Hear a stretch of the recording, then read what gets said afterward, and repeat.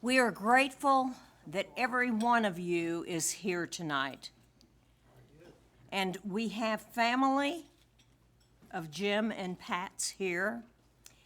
Is there one person in those two families, or however many families it is, that would stand and give us the names of everybody that's here and what relation they are? I can work on it. Come Some on. of them I haven't, they're now grown up with kids of their own, and I haven't seen them since babies. Come on, Lisa. Okey doke. I got Just, you got it? We're gonna Okay. get it. Okay. Right. So Danielle is my cousin. Start. She is the niece of my parents, her father is my dad's younger brother, Jonathan. Dad, the brother. This is Stephen, also my dad's brother. He is the youngest of the three brothers, but Vicky is the sister, the baby of the family. This is Coulter. He is the second son of Stephen. This is a nice man that joined us, and I don't know his name. This is Claiborne. He is Stephen's second youngest.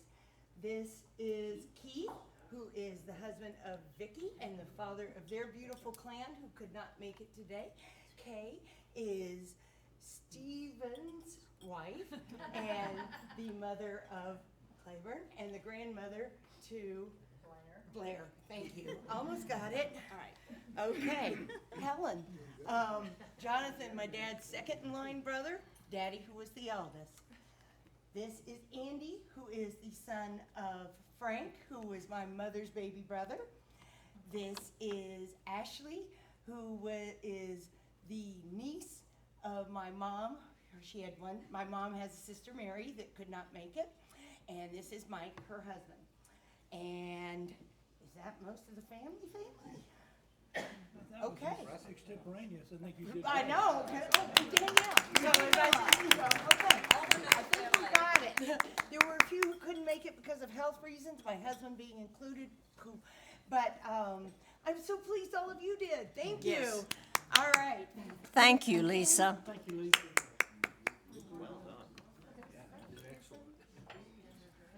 One of the first things that Jim asked me to do at this gathering was if I would lead a prayer.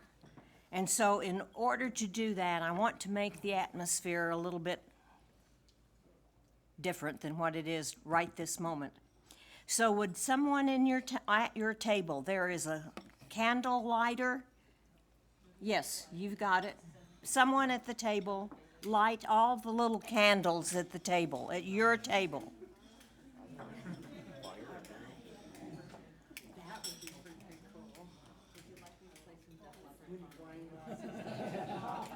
Don't set fire the hair of the person sitting next to you.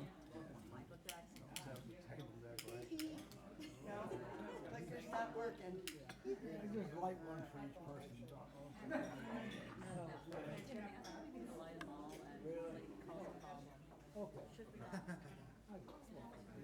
Why not? Why? We got them. We got them, burn them. If you got them, smoke them. Smoke them if you got them.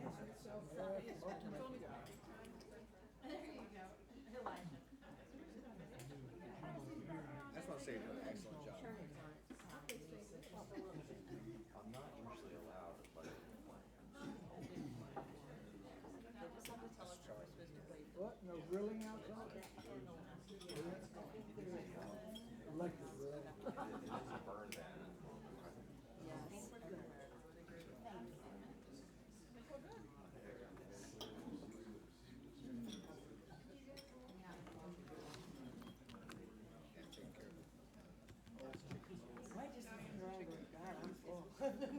Are all the candles lit?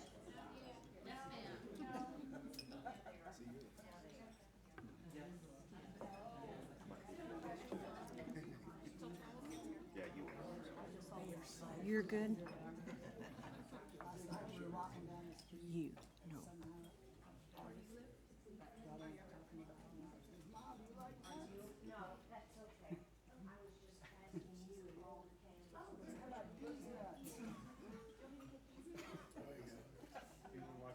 She just turned around and looked He has no idea.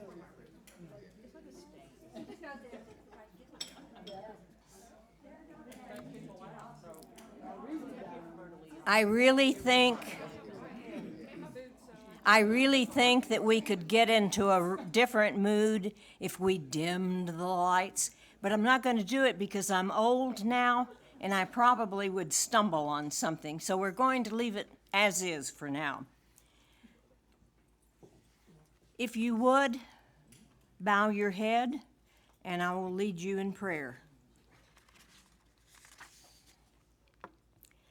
Eternal God of the spirits of all truth and flesh, you are close to the hearts of the sorrowing to strengthen and console them with the warmth of your love and with the assurance that the human spirit is enduring and indestructible.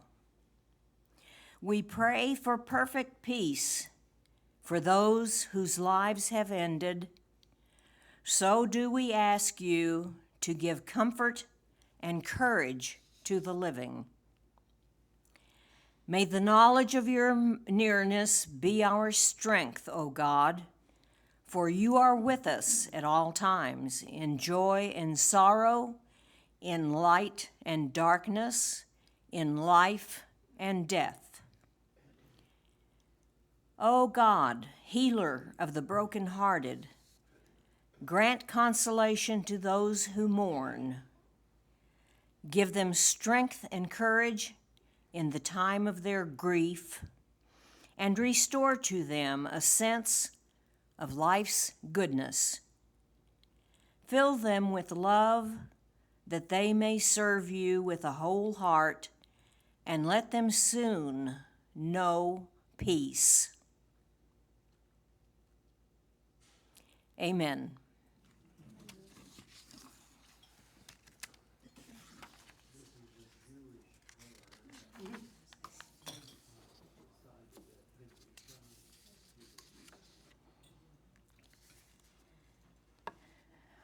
I first met Pat in 1975 when we bonded over my homemade brownies. Do you remember her love of chocolate? In my life, there were many Pat Harrises. Pat's business world. At one time at Mason and Warner, that's where she worked, she was the only female of the 6 CPA partners. She held her own. She excelled in many things, including the areas of retirement planning and related issues, and worked on a number of pension, profit sharing, and 401k plans.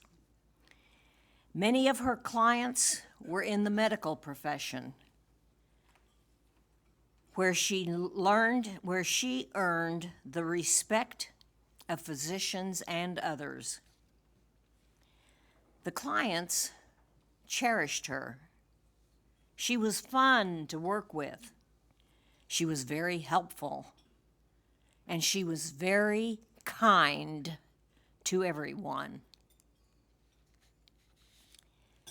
Pat blazed her own trail. She gained the respect of her fellow employees. It is reported that one fall, when the temperatures began to drop, a family of mice entered the office complex. The staff did not see the little critters, but they knew they were around. The custodian was assigned to purchase mouse traps. He purchased the common type that trapped the mouse at the neck. Pat immediately picked up on this and said, "This is not a proper way to get rid of the mouse family." So the custodian went back to the store and purchased the sticky tape variety that kept the mice from running away. Excuse me.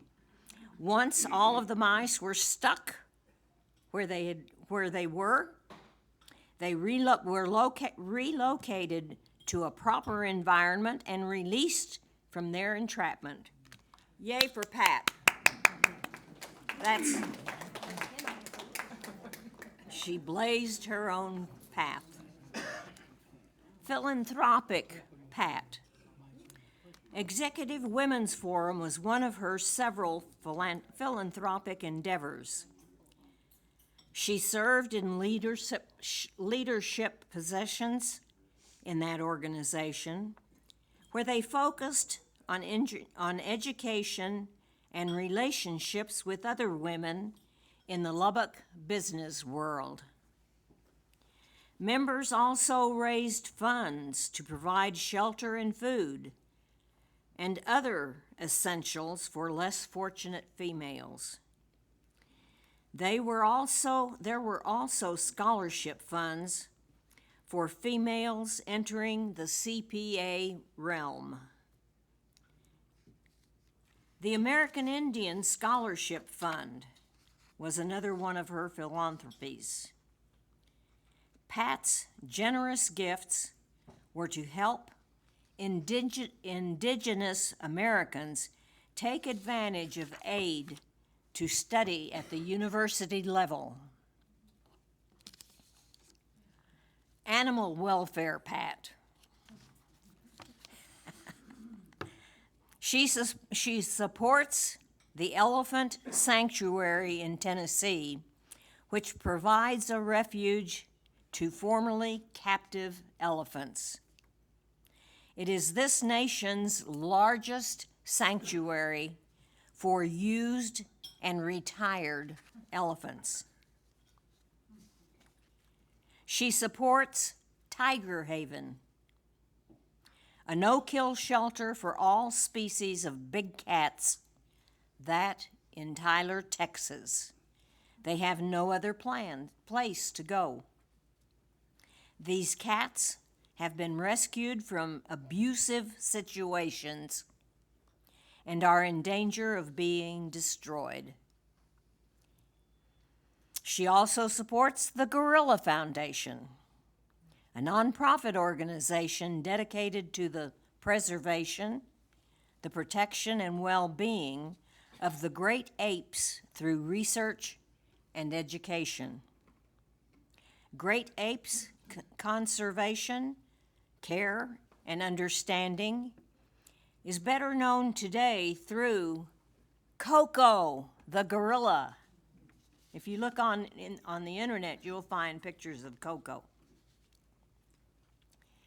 Pat was a wine and food connoisseur. Did I say that right? Connoisseur.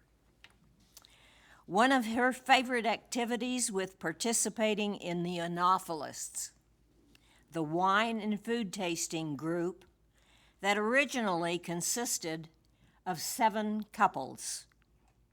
We met monthly on a Sunday afternoon with alternating hosts for tasting wines, also with foods. The highlight of the year was the Christmas dinner, for which the host chose the menu, which the other members were assigned to prepare. We experienced some exquisite dishes and world-renowned wines. The candlelight was the perfect setting for the crystal, silver, and china that came out for that festive event each year.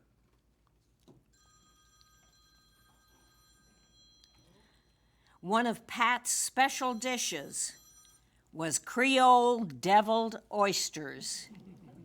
I hear over here. That was such a good recipe that it was requested several years in a row at the Christmas dinner. It was wonderful. And Tom and I still have that recipe, and I told the remaining people of the Enophilus group that one of these days we will fix the Creole deviled oysters because it's such a wonderful dish, and it reminds us of Pat. You too, Jim. These are only a few of my thoughts about my friend Pat, who will be remembered with admiration and love. Celia Glick is going to come and speak with you. Celia?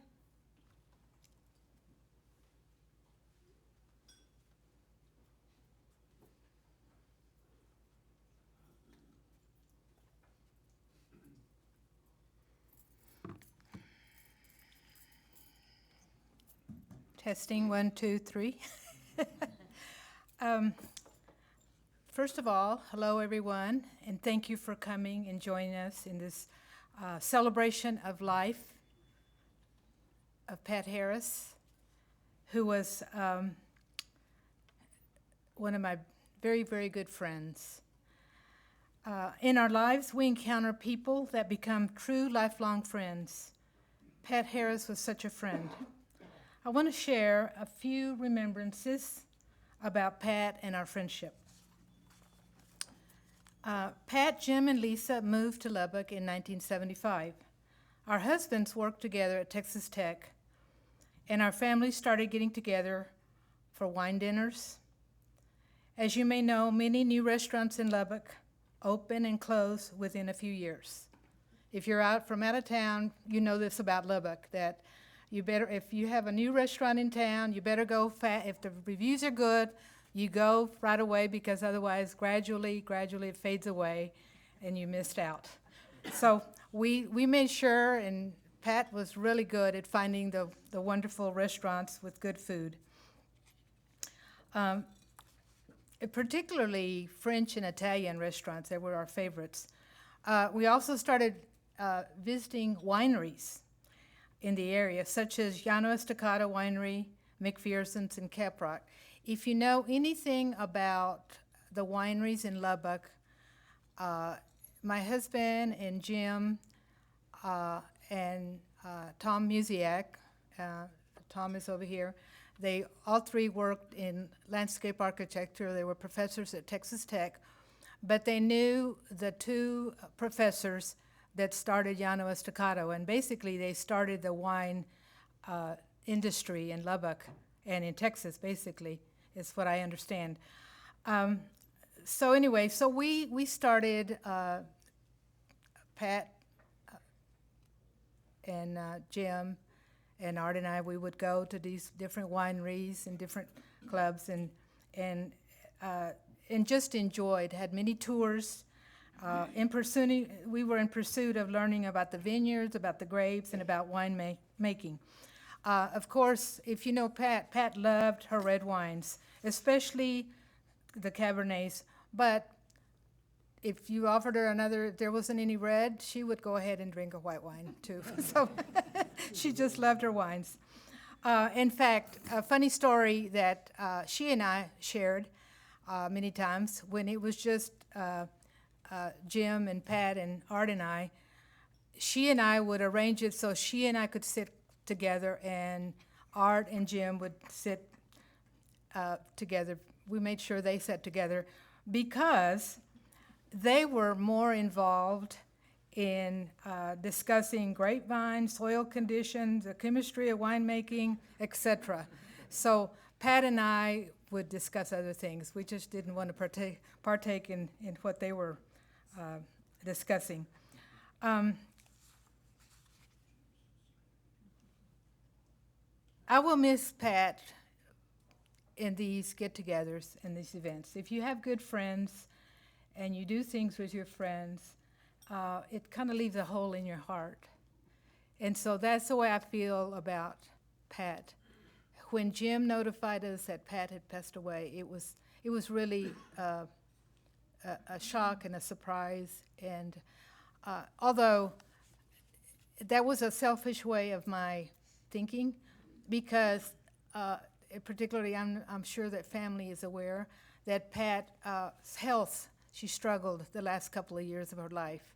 And so in some ways, God had mercy on her by taking her so young. And I know this because I have a mother who lives with us, with my husband and I'm her caretaker, and my mom is 99. And, you know, God gives us, and I personally, I believe that God gives everyone their timeline of life. And so I tell Mom, my mom wishes that she could go join my dad. But I tell her, I say, Mom, you know, it's between you and God. You just need to pray. And so again, back to Pat, I think that Pat lived a full and happy life, and I think that she's where she needs to be. The other thing I wanted to share is that she was a classy Southern lady. There's no doubt about it, just a classy lady. We shared a love of reading. We discussed books and TV programs. We discussed traveling. And she introduced me to the Lubbock Women's Club, and we participated in many club activities. The other thing about Pat is that she made friends easily.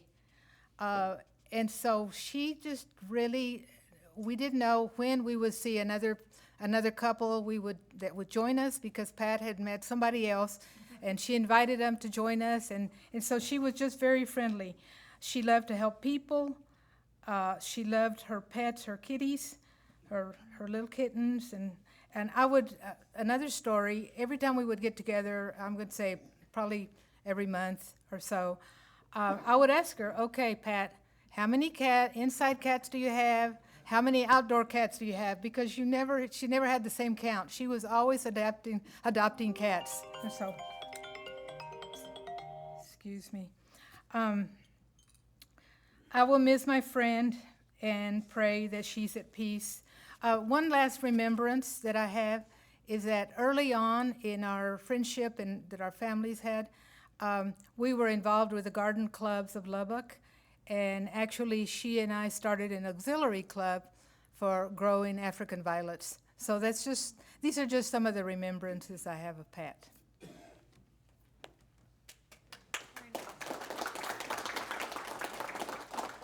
Thank you, Celia. The next friend is Carol Lee. Come, Carol. Thanks, Helen.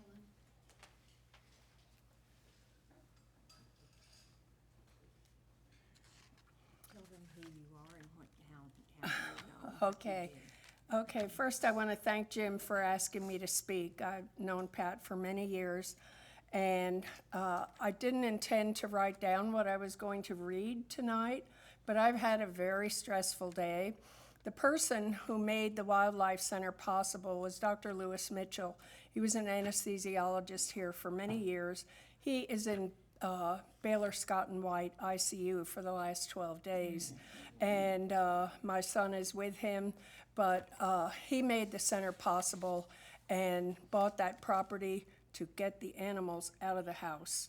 And so I see some familiar faces here today, but I didn't want to go off center. And before I go too far, I want to just say thank you to my husband, Rob Lee, over there in the corner, because he's picked up and helped the center go along. So here's a little backstory about how I met Pat.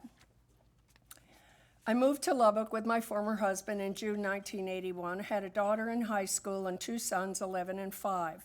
By 1987, as an empty nest was approaching, I was offered a part-time job as a receptionist at a local veterinary clinic. If any of you remember Dr. Pat Allen, I knew his wife, and she asked me to work there while her mother was recovering from chemotherapy. That's how I started bringing injured, displaced baby birds, squirrels, and bunnies home to nurse back to health. My degree as an RN was a huge asset. I founded the Wildlife Center in the fall of 1988 at 95th and Indiana Avenue. I had no idea what I was getting myself into.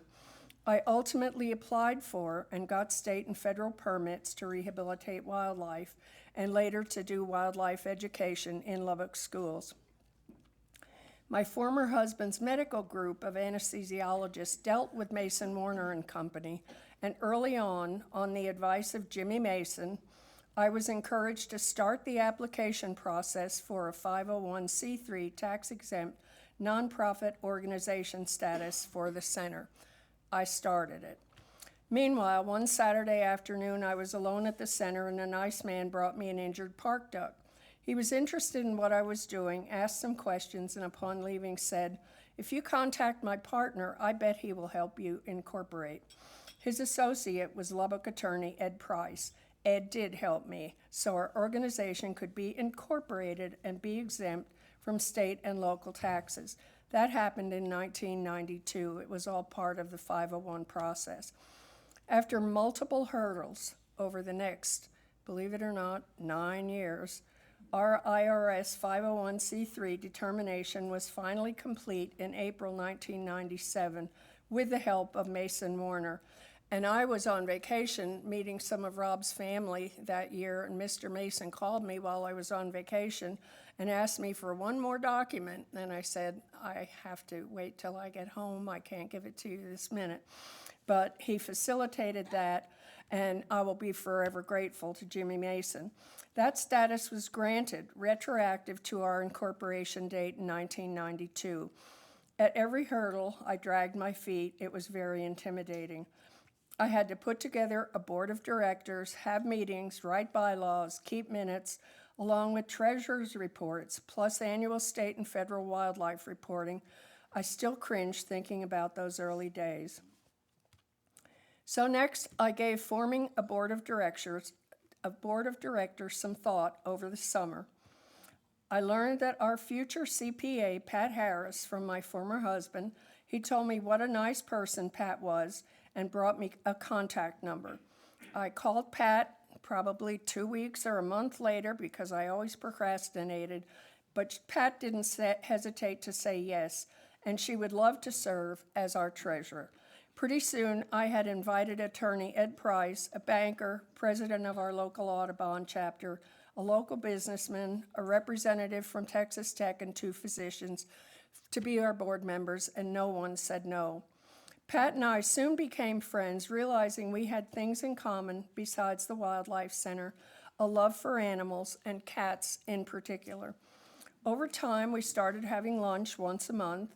We had some travel destinations in common: whitewater rafting down the Mendenhall River north of Juneau, Alaska, taking a railroad trip across part of Canada, and going abroad to England, where I had a close friend. We never failed to catch each other up on the antics of our cats. For the last 8 years or so, we had a Christmas Eve tradition, one year at our house, the next year at the Harris house. The common denominator was always lots of food and wine. We had fun exchanging gifts, and my gifts to Pat were usually cat-related. In closing, Pat Harris was a good friend, a trusted confidant, an interesting person to share stories with, a fellow cat lover, and a very valuable member of our Wildlife Center organization, as she fastidiously prepared all of our required financial reports for years until her passing. My friend Pat Harris will certainly be missed, and I would be remiss if I did not introduce Gail Barnes. Please stand, because she, when my feet gave out after feeding baby birds every half hour for 6-8 months a year, Gail said, "I will step into your shoes." And I eventually had foot surgery, and I just had to stop raising baby birds. And Gail took over, so stand up. And Gail's been my salvation, so I have lots of wonderful memories of Pat, and actually 2 days before, 2 or 4 days before Pat passed away, Pat always answered her email right away. And I had emailed her, and I said, gee, the date is catching up to me for our first lunch of the month, and I didn't hear anything from her, which was unusual. And the next day I texted her, and I still didn't hear anything, and my hackles rose.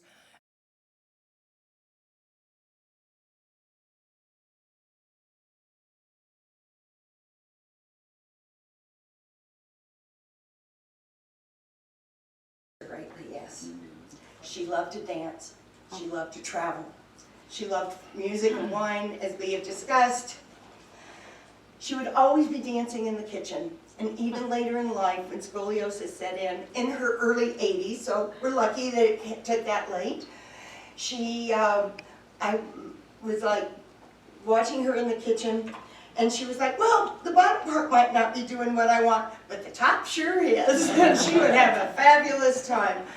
And even when life started playing not fair, she never complained. I didn't even know it forever.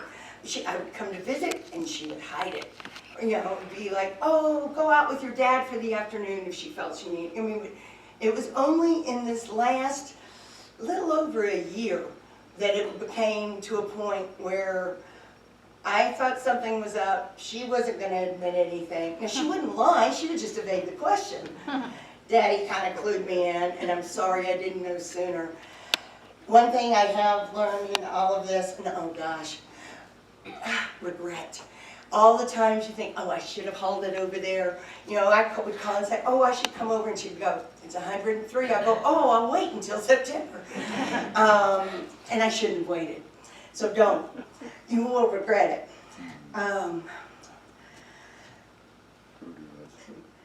My dad, well, as he mentioned, they met in kindergarten, and they eloped when they were 18. Because I had mentioned she was Sicilian, her father was relatively volatile, I think Frank could agree, and she wasn't sure, so they just decided to take it into their own hands, go over to Mississippi and tie the knot.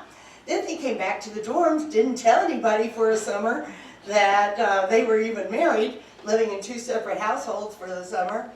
And then one day, her great aunt, Aunt Ann, said something like, well, Jimmy hasn't called today. And Mom said, that's okay. And Ann goes, you're married. She was compassionate and generous.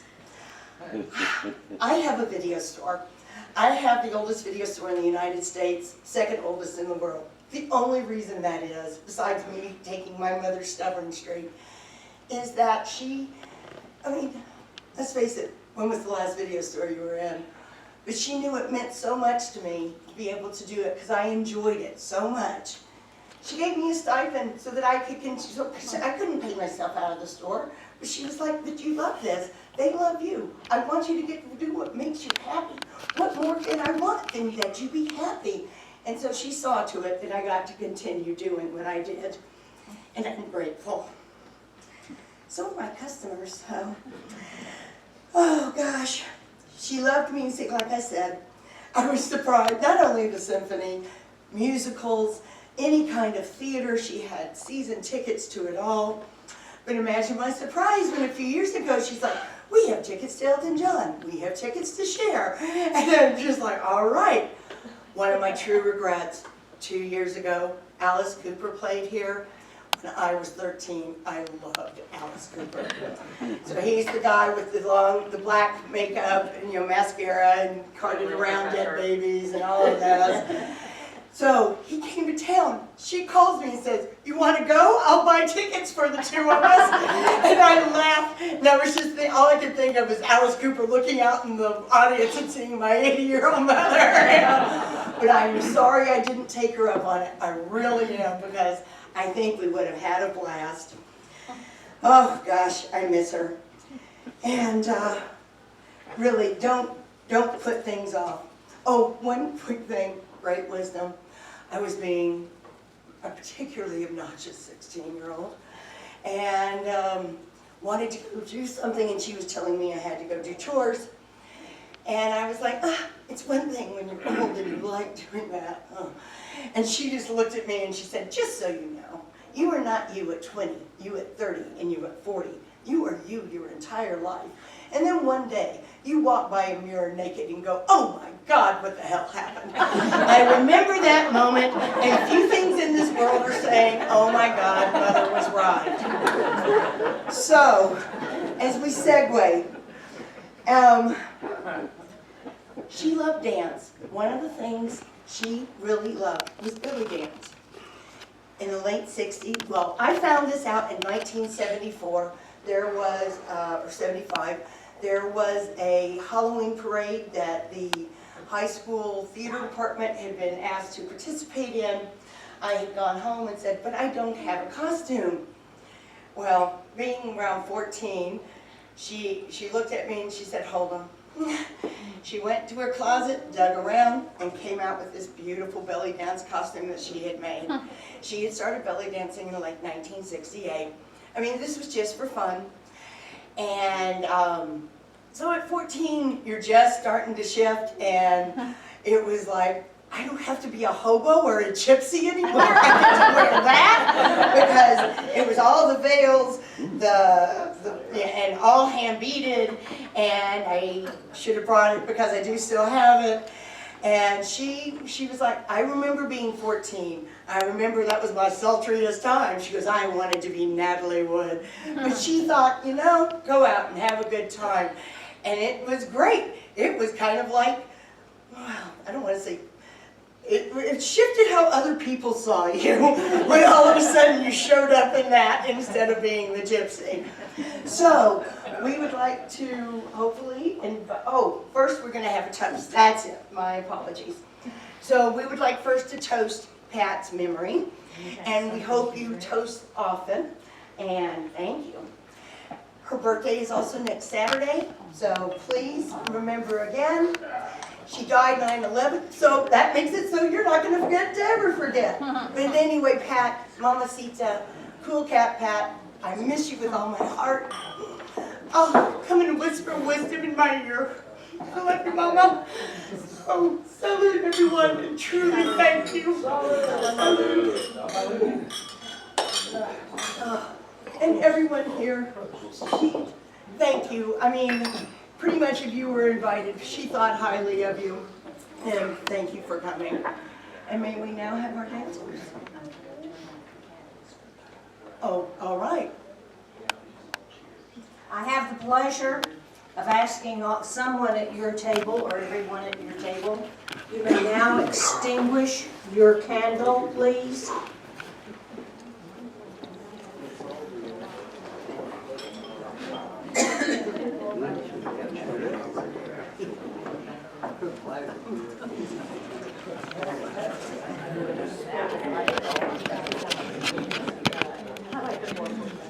All done? Okay. Lisa is coming back to introduce the next part of the program, okay? Well, anyway, we do, we have some entertainment here. I don't know. Oh, here you are. Whenever you would like to get started, by all means. This is a local belly dance troupe who has been kind enough to come, and in honor of my mom, kind of segue into a more festive, because she didn't want it to be sad, she wanted it to be a celebration. Did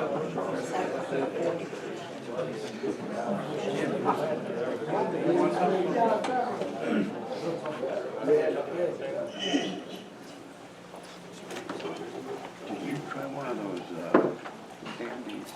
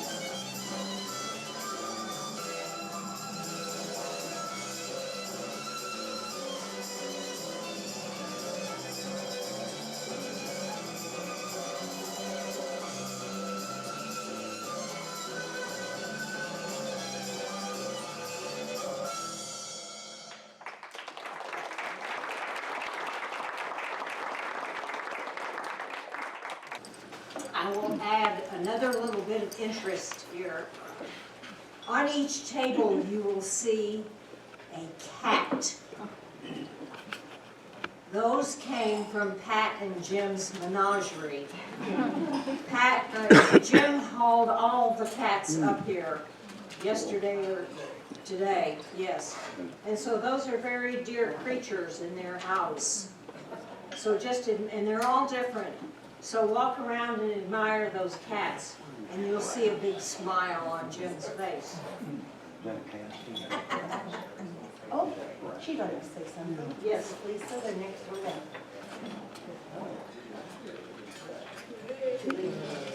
Hi, everybody. I'm losing my voice, so let me know if you can hear me or not.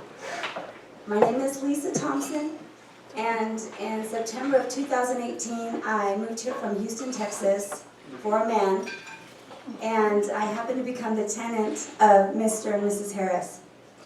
Shortly after my husband and I moved here, we ended up going through some hard times and started to divorce. So he left shortly afterwards, and me and my sons stayed in the home that I rent from Mr. and Mrs. Harris.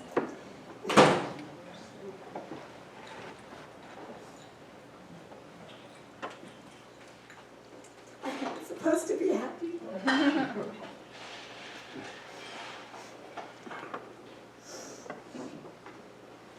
So I found myself working 2 part-time jobs and putting myself through grad school to get my master's degree at Texas Tech in communication. And what Mr. and Mrs. Harris decided to do was to never increase my rent.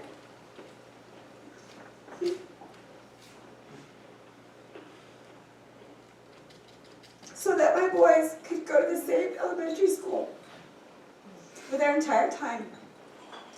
And so that I didn't have any extra stress, so I could get closer to that degree. So I leave the house about 2:30 in the morning and go work in an Amazon warehouse, come home, go teach at